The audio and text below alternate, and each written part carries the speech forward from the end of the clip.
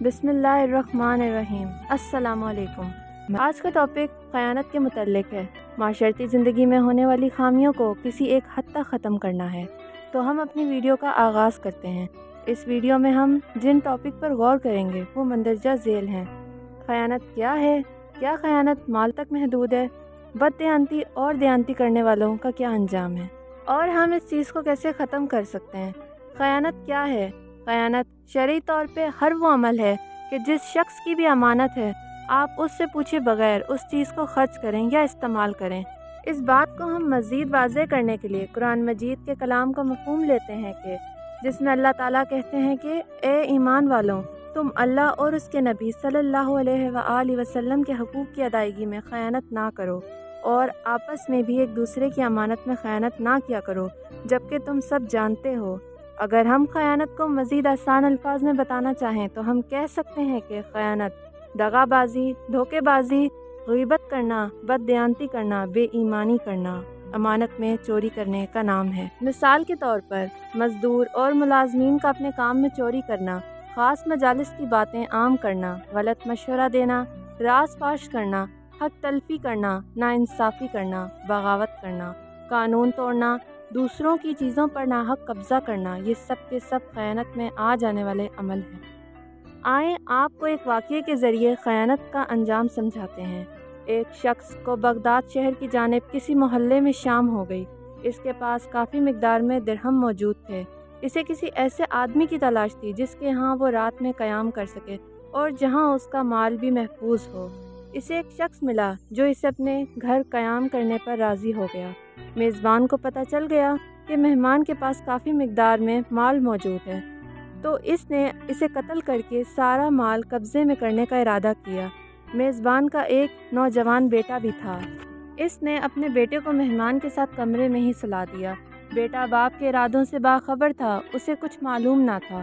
وہ انہیں سلا کر چلا گیا اور پھر اس نے چراغ بجھا دیا۔ اس کے بعد یوں ہوا کہ بیٹے اور مہمان نے اپنی جگہ تبدیل کر لی۔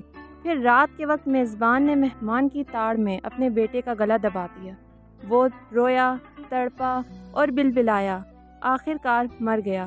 جب میزبان کو اصل صورتحال کا پتہ چلا تو وہ گلیوں میں چیخنے چلانے اور واویلا مچانے لگا۔ جب لوگوں کو سارے معاملے کی خبر ہوئی تو انہوں نے میزبان کو پکڑ لیا اور اس نے اپنے بیٹے کے قتل اور مہمان کے متعلق بد دیانتی کا اعتراف کر لیا۔ اس طرح سے اس بد نصیب میزبان کو محض اپنے لالچ اور خیانت کی وجہ سے اپنے بیٹے اور گھر سے بھی ہاتھ دھونا پڑا۔ اس واقعے سے ہمیں سبق ملتا ہے کہ ہمیں بد دیانتی نہیں کرنی چاہیے، کیونکہ اللہ تعالیٰ اپنے فیصلے سنانے میں دیر نہیں کرتا۔ اللہ تعالیٰ نے قرآن مجید میں بہت سی جگہ پر امانت داری کی تاکید فرمائی ہے، جیسے کہ سورہ بقرہ کی آیت نمبر 283 میں فرمایا گیا ہے کہ بس جو امین بنایا جائے اس کو چاہیے کہ وہ اپنی امانت ادا کرے اور چاہیے کہ اپنے پروردگار کا تقوی اختیار کرے۔ یہ بات تو ہم سب بہت اچھے سے جانتے ہیں کہ خیانت منافق کی نشانیوں میں سے ایک نشانی ہے، اور منافق دوزخ کے سب سے نچلے درجے میں موجود ہوگا۔ ہم اکثر یہ بات سوچتے ہیں کہ خیانت تو صرف مال تک محدود ہے، لیکن یہ بات بالکل غلط ہے۔ خیانت کی بہت سی اقسام ہیں، یہ صرف مال تک محدود نہیں ہے۔ اس بات کو ہم فتح مکہ کے موقع پر ایک واقعے سے واضح کرتے ہیں۔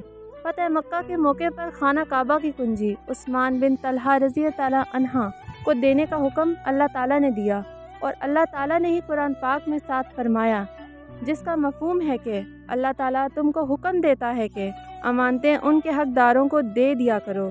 اب یہاں سے یہ بات قابل غور ہے کہ کنجی کوئی مال نہیں، یہ ایک چیز ہے، بلکہ خانہ کعبہ کی چابی ہے۔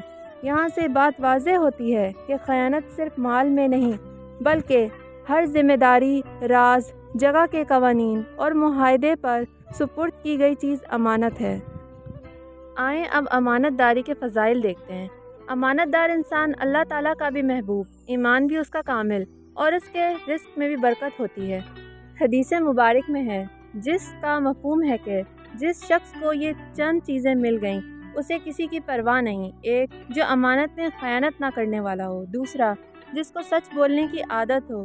اور تیسرا، جس کو اللہ تعالیٰ اچھے اخلاق عطا فرمائے۔ اور چوتھا، جو رزق حلال کماتا ہو۔ جس شخص کے اندر یہ چار خوبیاں ہیں، اس شخص کو دنیا میں کسی چیز کی کمی کی پرواہ نہیں کرنی چاہیے۔ جبکہ خیانت میں تمام چیزیں اس کے برعکس ہیں۔ اللہ تعالیٰ نے قرآن مجید میں فرمایا ہے، جس کا مفہوم ہے اللہ تعالیٰ خیانت کرنے والوں سے محبت نہیں کرتا۔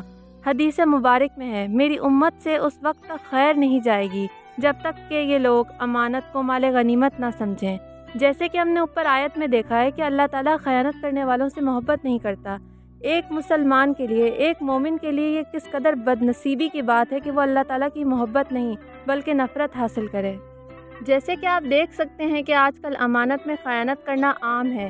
اگر ہم کہیں کہ یہ ٹرینڈ بن چکا ہے تو یہ غلط نہ ہوگا، لیکن پھر بھی اگر ہم چاہیں تو اس بیماری کو، جس میں سب مبتلا ہیں، ختم کی جا سکتی ہے۔